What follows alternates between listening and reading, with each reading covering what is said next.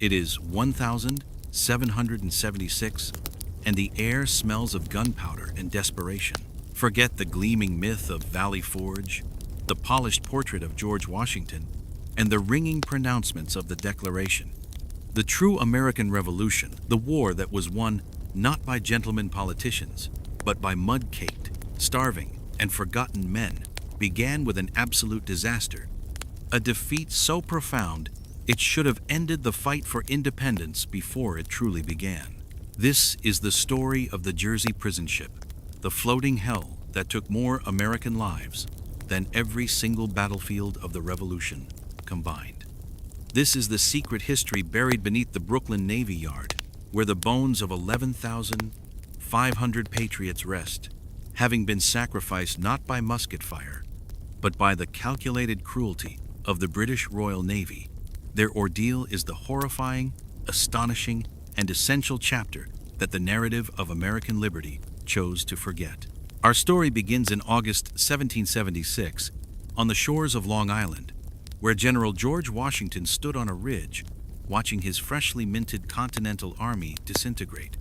He had committed the cardinal sin of war, putting his entire army in a defensive trap.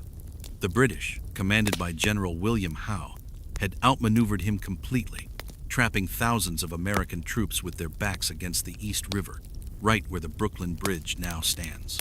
The Battle of Long Island was a catastrophic rout. The inexperienced American troops, many of them farm boys, artisans, and shopkeepers who had answered the call for liberty, were mercilessly driven back.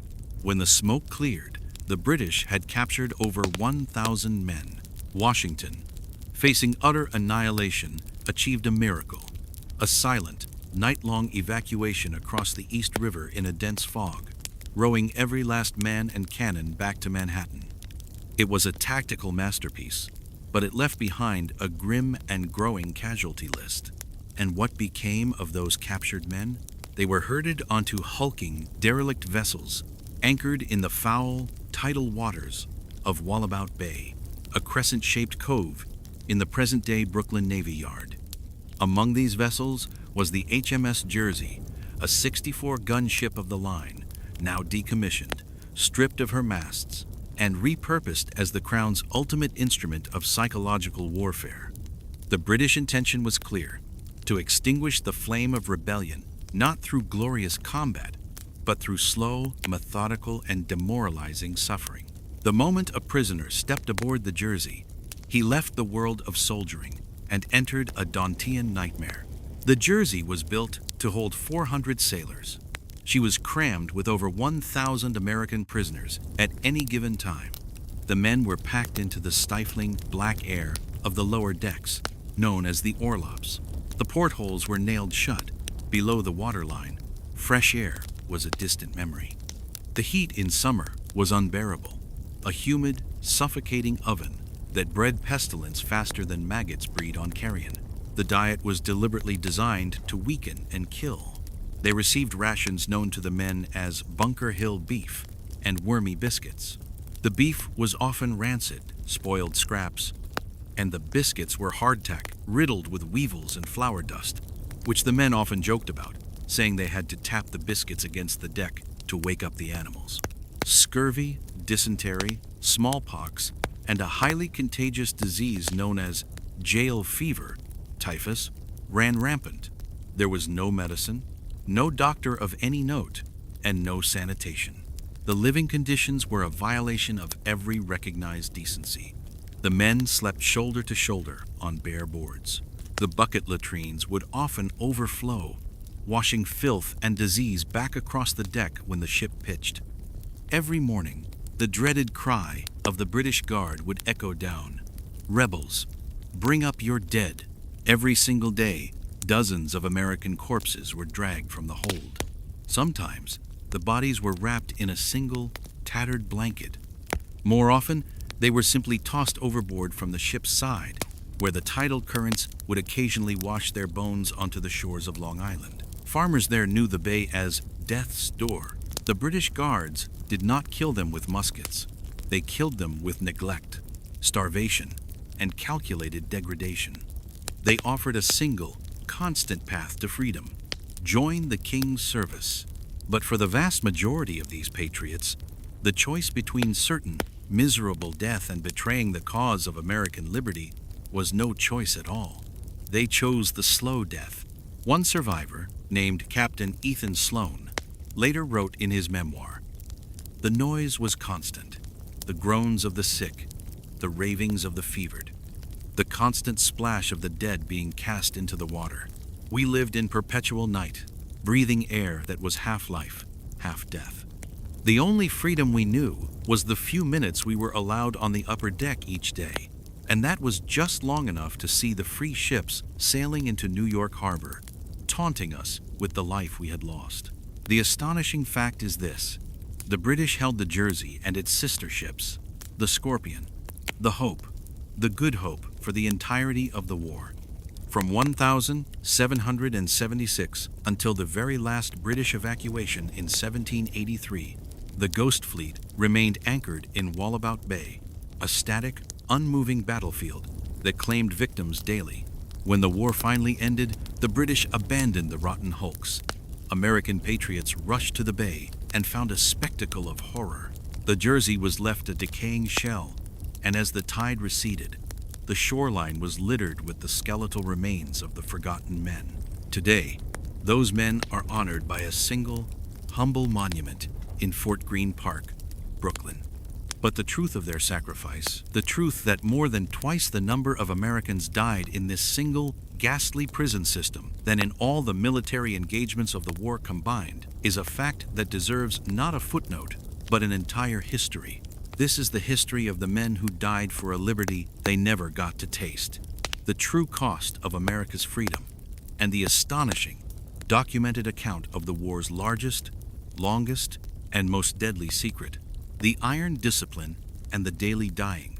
Life aboard the HMS Jersey was less about existing and more about a calculated, slow process of elimination. The British Guards, often hardened, low-ranking Marines or aging invalids, viewed the rebels as little more than vermin. This view translated into a rigid, brutal discipline designed to break the will as thoroughly as disease broke the body. The routine was immutable, a metronome ticking toward death, the dawn of pestilence. The day began not with the sun, which the men rarely saw, but with the clanking of chains and the ominous call, "Rebels, bring up your dead."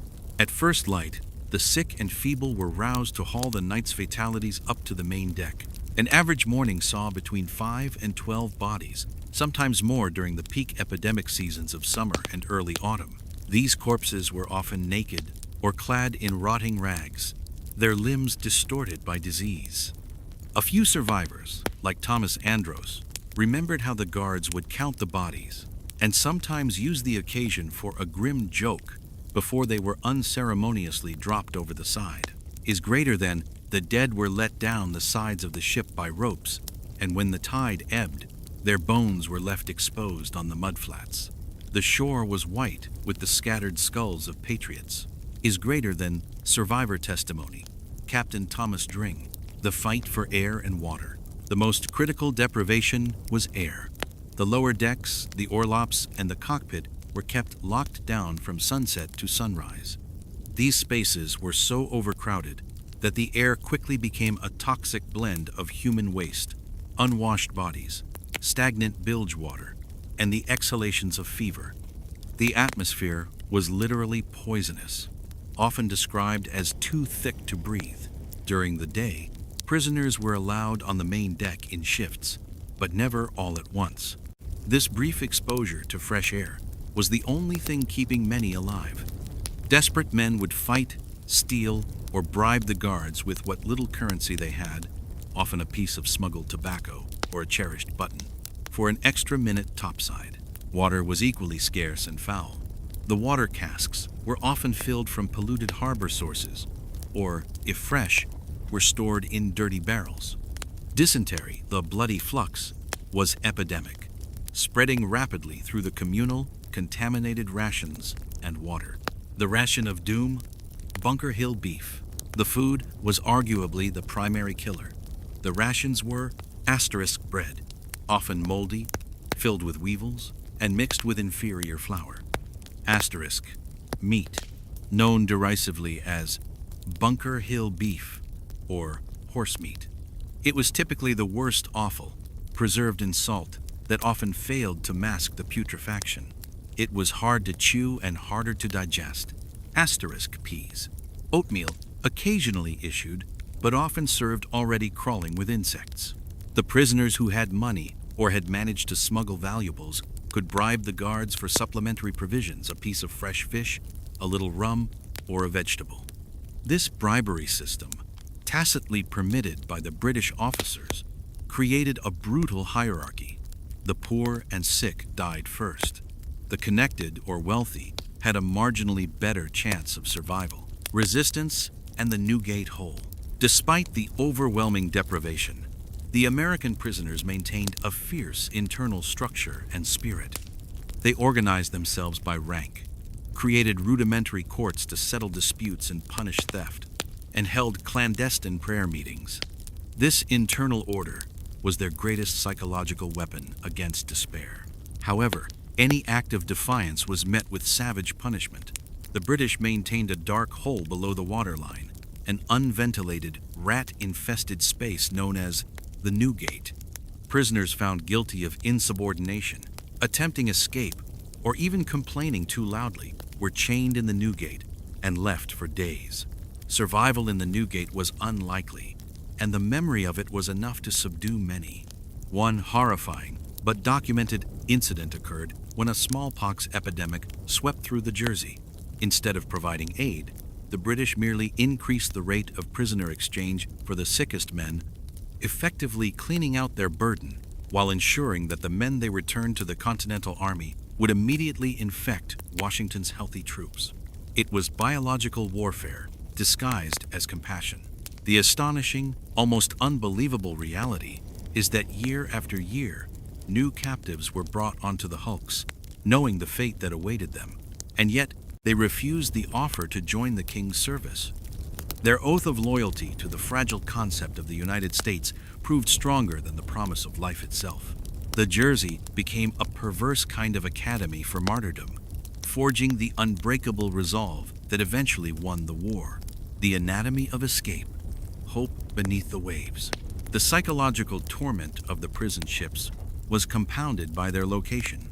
Anchored in Wallabout Bay, they were surrounded by the hostile shore of British-occupied Long Island and the vast, cold expanse of the East River. Escape was not just about getting off the ship. It was about traversing a mile of heavily guarded water and then navigating a densely patrolled enemy territory to reach the Continental lines in New Jersey or upriver in New York. Yet, escape attempts were constant. They were acts of profound desperation and extraordinary, meticulous engineering, often requiring collective effort and immense personal risk. The midnight miners, the most dangerous, yet potentially effective, method was tunneling. Because the Jersey was a stripped-down hull, the lower decks offered access to the ship's internal structure. A team of conspirators, led by those with shipbuilding or carpentry experience, would often work in secret, using smuggled or stolen tools, a discarded nail, a piece of broken iron, a table knife sharpened on the stone ballast.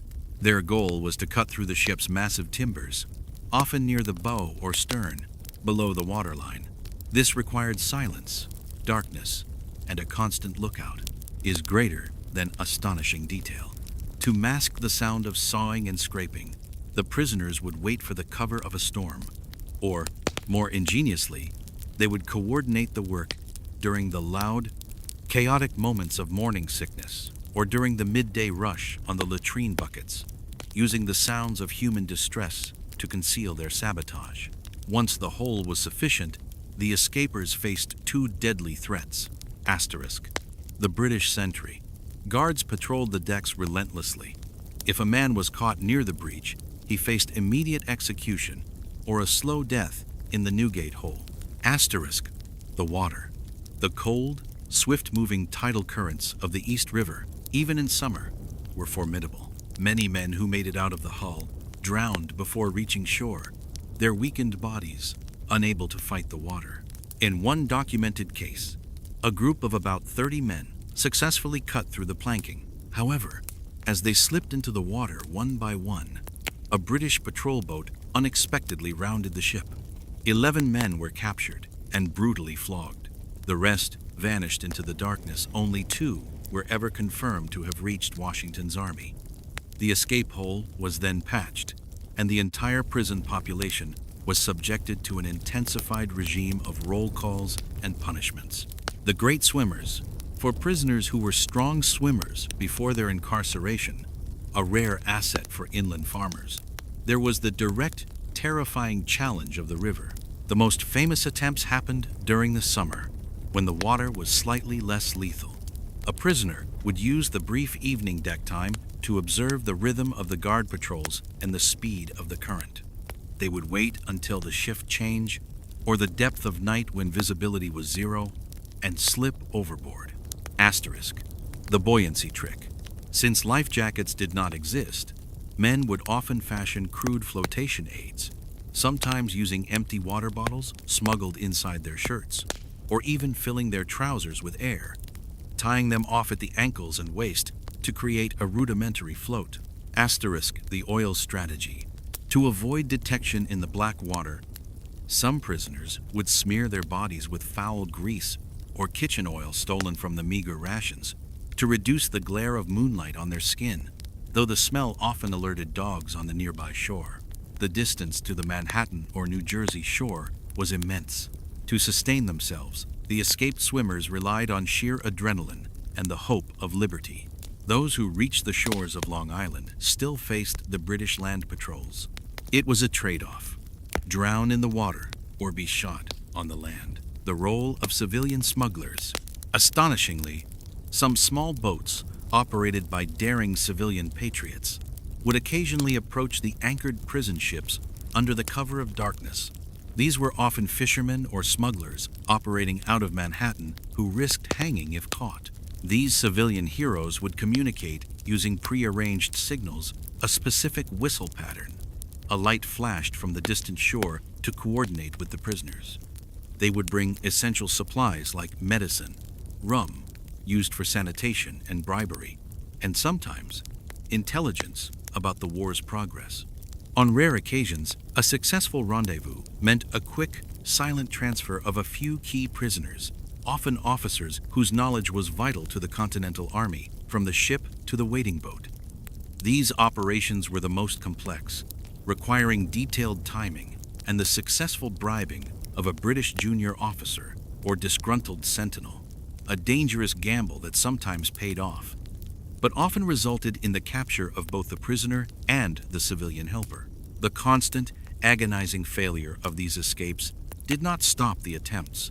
It merely refined them. For the men left behind, witnessing a successful escape, no matter how rare, was the only sustenance for their flagging hope. It proved that the system was not perfect, that the Royal Navy was not omnipotent, and that the promise of America was still worth dying for. The diplomacy of death, Washington, Howe, and the prisoner exchanges.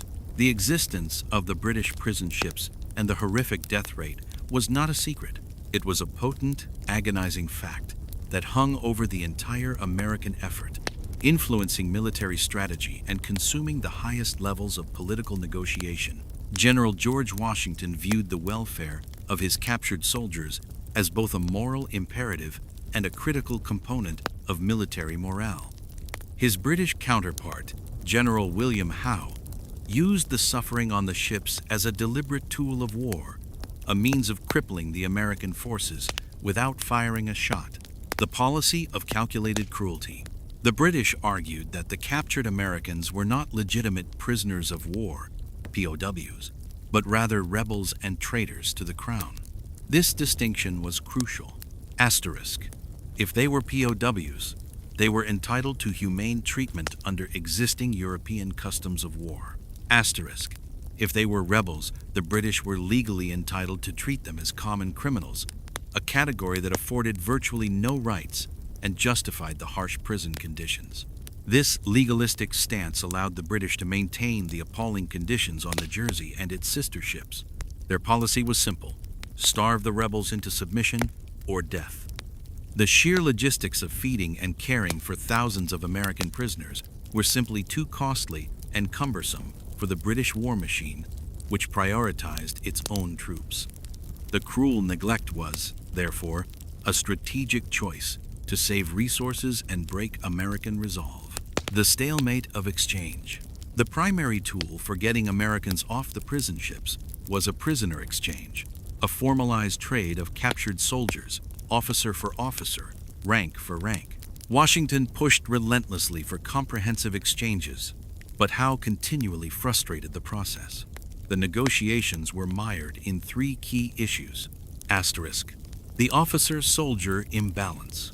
The Americans had captured fewer high-ranking British officers than the British had captured American officers. Furthermore, the British often captured large numbers of American enlisted men, the primary occupants of the prison ships, while the Americans' captures were more distributed. The British always demanded that Washington recognize the lower-ranking Americans as equal in value to their own troops, a point of constant contention. Asterisk. The oath of allegiance. The British often insisted that any American released must take an oath not to fight against the king again. Washington vehemently refused to allow this, viewing it as forcing treason upon his men. Asterisk. The exchange cartel.